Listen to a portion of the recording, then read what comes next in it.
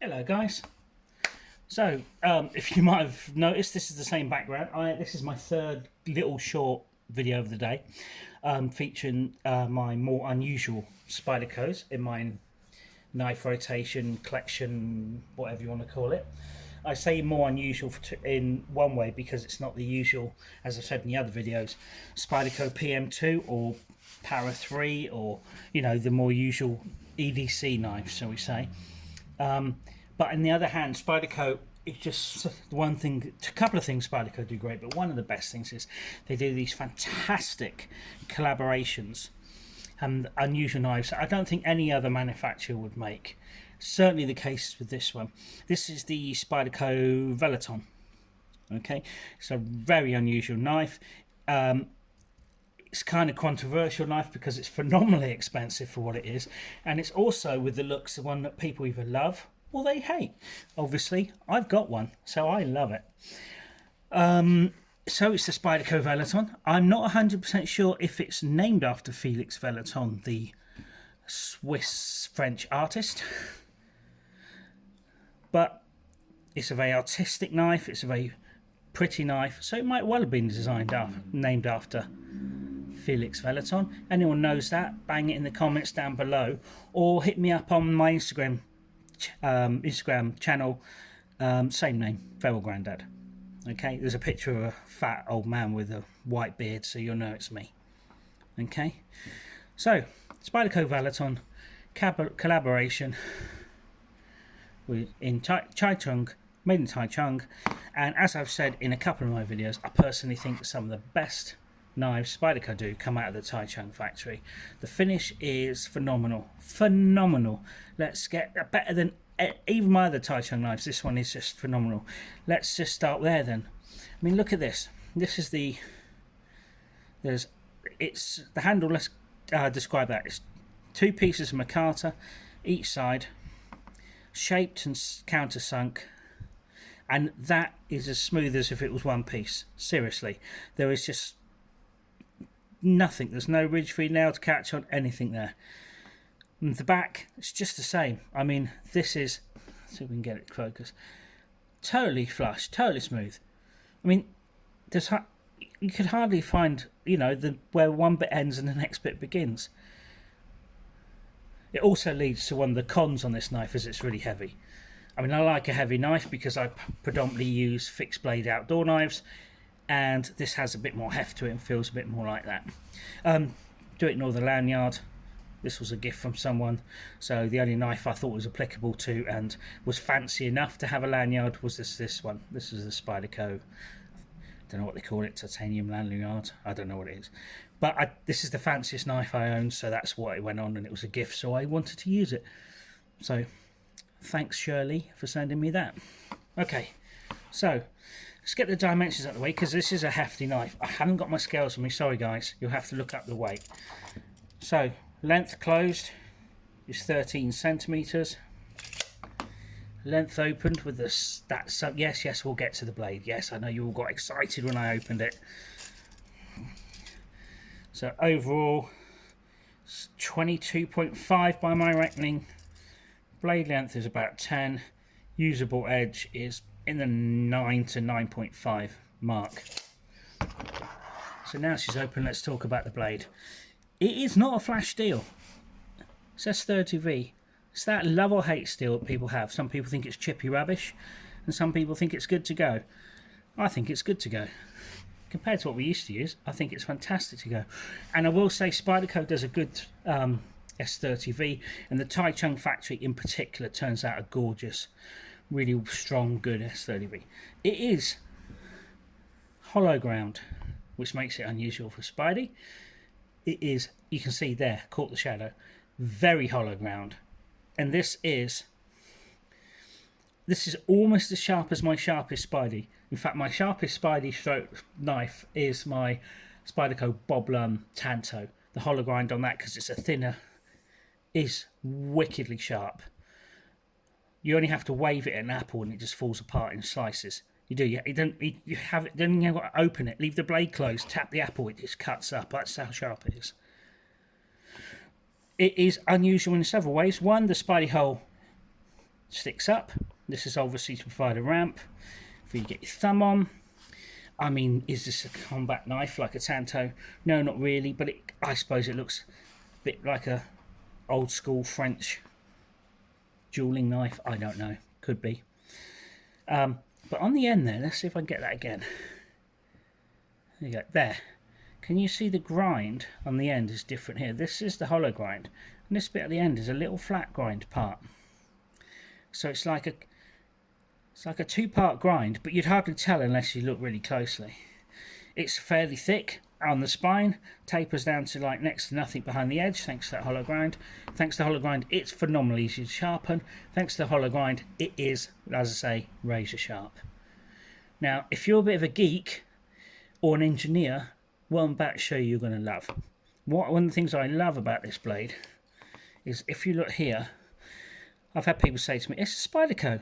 You use the Spidey hole to open it. Why has it got blade notches to open it? Because on most knives you'd use that, wouldn't you? And in fact, when you do the Spidey hole on this, you do kind of catch it too. One, they're gorgeous. Look, they could have just done it, but look, they've got those ripple concentric circles going out. Fantastic. But the best thing about these is, if you look here, there's two internal notches, one either side, and as you open said blade, if you look, can we get close enough and let's get that out of the way so it doesn't focus, they fit snug, flush, piston fit into those two notches. This is, the Spiders are known for their blade locks. This is really strong lock. Look at the detent on that. But thanks to this, that is going nowhere. Not that this is a hard use knife and you'd be using it to pry shit and do stuff, but I just really appreciate that. I just love that. It's one of the things that when I looked at it, I was like, I'm going to buy that. That's a piece of engineering that I just can't believe. Fantastic.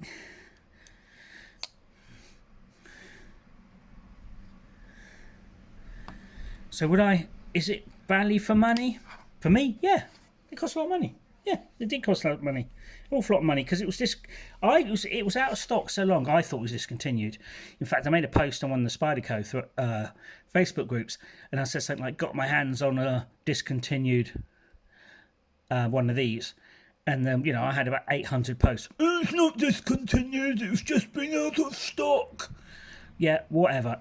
It was out of stock so long, I thought it was discontinued. So when Henny Haynes had a few in stock, I was actually in Reading. I hopped on the train for an hour over to Wales to buy it. That's to make sure I got one. I phoned them up, told them to put one aside, and I went and got it. Now, am I mad for wanting and buying this? Probably am. But I'll tell you what, I'm glad I bought it. And if I had the chance to buy another one, I'd probably buy that too and put it away.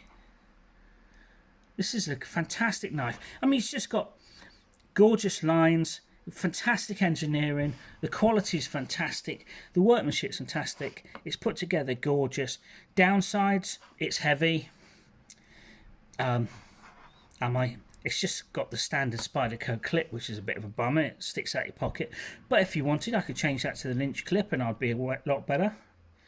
Still stick out a bit more than my beloved Nalaka, which sits, as you can see there, totally flush in the pocket.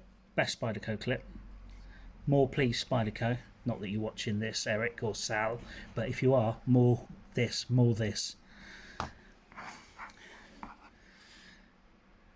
I won't lose on it. Full of fact, a lot of people are like, oh, it's overpriced rubbish, I don't know why you bought it. If I was to bang this up for sale at a reasonable price, I'd probably have no problem selling it or trading it for another type of collaboration knife I want. There are a few out there I'm interested in that I might trade it for. But in the meantime, I love having it as part of my collection. And carrying it, I have carried it, yeah. I carried it. Interesting from the carry point of view. And one of my kids is a lefty, so I kind of take that on board, Maybe if I didn't have a lefty kid, I wouldn't think about it so much. But the clip is 4-way, so you can have it tip down right, tip down left, tip up Y. I do think on the tip up, funny enough, is all right on like my paramilitary. I carry that tip up because it's a big knife and I can get to the flip a bit quicker. But this isn't a rant about pocket clips. But you can do all the 4 carries ambidextrously, and it is an ambidextrous knife. You know, you got to be a bit creative when you pop this over. But but it's far more ambidextrous. Well, bring this back in. Look at this. How ambidextrous is this one? Not at all. Although actually, if you're careful, you can open it lefty. You know. But yeah, Spyderco Vallotton. Don't know if it's named after good old Felix. I work in a picture framing shop, so I'm quite into art. So I like the thought that it might be. Cracking looking knife, fantastic.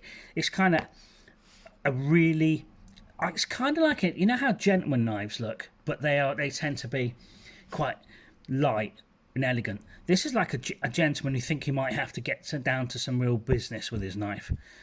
You know, it's got heft, it's solid, opens beautifully, it's ground superbly, razor sharp, it's a useful blade shape, it's touch handle heavy. If there's only 2 faults I can see, 3 faults. 1, expensive, but it is what it is. It's not super deep carry, but that's me. And the other one is, it is handle heavy. But once you get used to that, it's no problem. Why did I buy it? I don't know. I saw it, as I say, it's an investment. It's had been away for a long time and I had the chance, so I bought one. Plus, I've always carried my Bob Lum on holidays, not bushcraft trips and things, because I carry this one, but on holidays. This might well be my holiday carry knife. So, there we go, guys. Spyderco Vallotton, gorgeous knife, really knife. You have to decide if it's like worth it for you, if you find one on the secondary market, or indeed if they come back into stock because they weren't discounted, they were just out of stock. All right, calm down. So, hope that's helped some of the people that asked me. And there's a video on this lovely Spyderco knife. Bye, guys.